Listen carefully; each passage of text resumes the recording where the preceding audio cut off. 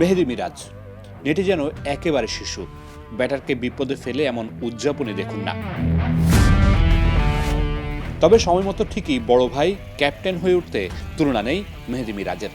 তানজিদ তামিমের মাথায় এমন মায়ের হাত কিংবা বন্ধু শান্তর সাথে খুশ গল্পে মেতে ওঠা মিরাজ ক্যাপ্টেন হিসেবেও অনন্য। তার দলে এবার খেলছেন জাতীয় দলের আরেক ওপেনার পারভেজ হোসেন ইমন। সিলেটের হয়ে তার ৪ নম্বরে খেলার পেছনে মূল ভূমিকা মিরাজের। জাতীয় দলের চাওয়া সাথে মিরাজ কাঁধে রেখেছেন ভরসার হাত। তাতেই এখন পর্যন্ত আসরের দ্বিতীয় সর্বোচ্চ রান স্কোরার ইমন।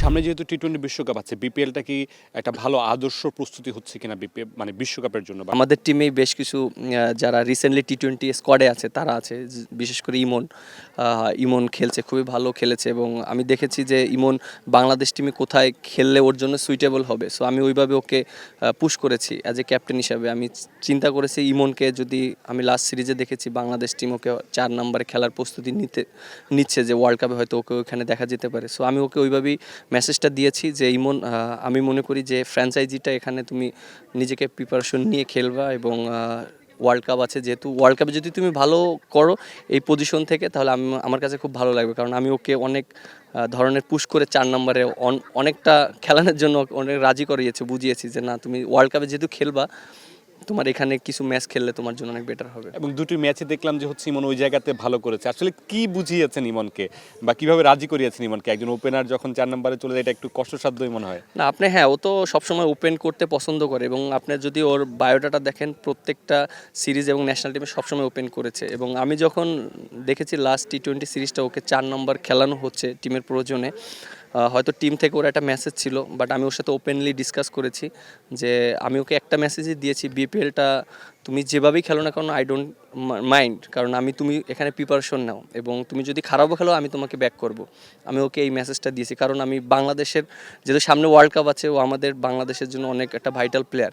সো আমি ওকে ওইভাবেই প্ল্যান দিয়েছি যে 4 নম্বরে তোমার খেলতে হবে এবং এখানে যদি ফেলও করো আমি তোমাকে ব্যাক করবো, দেন যদি এখানে না হয় আমি তোমাকে উপরে খেলাবো, বাট আমি তোমাকে সবসময় ব্যাক করবো। সো ওকে এই মেসেজটা দেওয়াতে ও রাজি হয়েছে। সবচেয়ে বড় কথা, ও রেসপন্স করেছে যে না ভাই ঠিক আছে, ও মেনে নিয়ে ওইখানে খেলেছে এবং জিনিসটা দেখেন তারপর কিন্তু রেজাল্টটাও ও পেয়েছে। জাতীয় দলের ওয়ানডে এবং টেস্ট দলের নিয়মিত মুখ মিরাজ। অলরাউন্ডিং পারফরমেন্সে র্যাঙ্কিংও আছেন ভালো অবস্থানে। টি-20তে অনিয়মিত থাকা নিয়ে মুখ খুলেছেন নিজেই।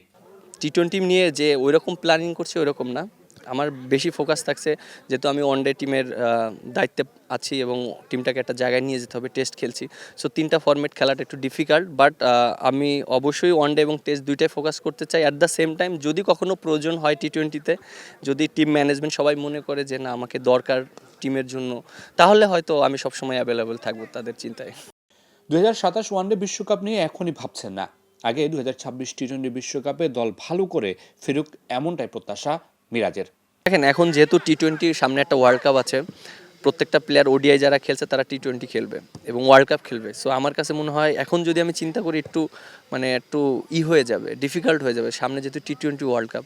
সো আমার কাছে মনে হয় আফটার টি-20 ওয়ার্ল্ড কাপ আমরা এই জিনিসটাকে নিয়ে কিভাবে আগাবো, আমরা এটা নিয়ে বসতে পারবো ইনশাআল্লাহ। ধন্যবাদ মিরাজ, সময় দেওয়ার জন্য আপনাকে অসংখ্য ধন্যবাদ। আমাদের সাথে ছিলেন তখন মেহেদী মিরাজ। তিনি আসলে তার ভাবনার কথা জানাচ্ছিলেন, টি-20 পরিকল্পনার কথা জানাচ্ছিলেন, অলরাউন্ডিং পারফরমেন্সের কথা জানাচ্ছিলেন এবং সবশেষ 2026 টি-20 বিশ্বকাপে তিনি না থেকেও কীভাবে বাংলাদেশ দল ভালো করতে পারে সেই পরিকল্পনার কথা জানাচ্ছিলেন এবং ক্রিকেটারদের কীভাবে পিছন থেকে ব্যাক করতে হয় সেটাও জানাচ্ছিলেন। Mamunur Rashid, star news, Sylhet.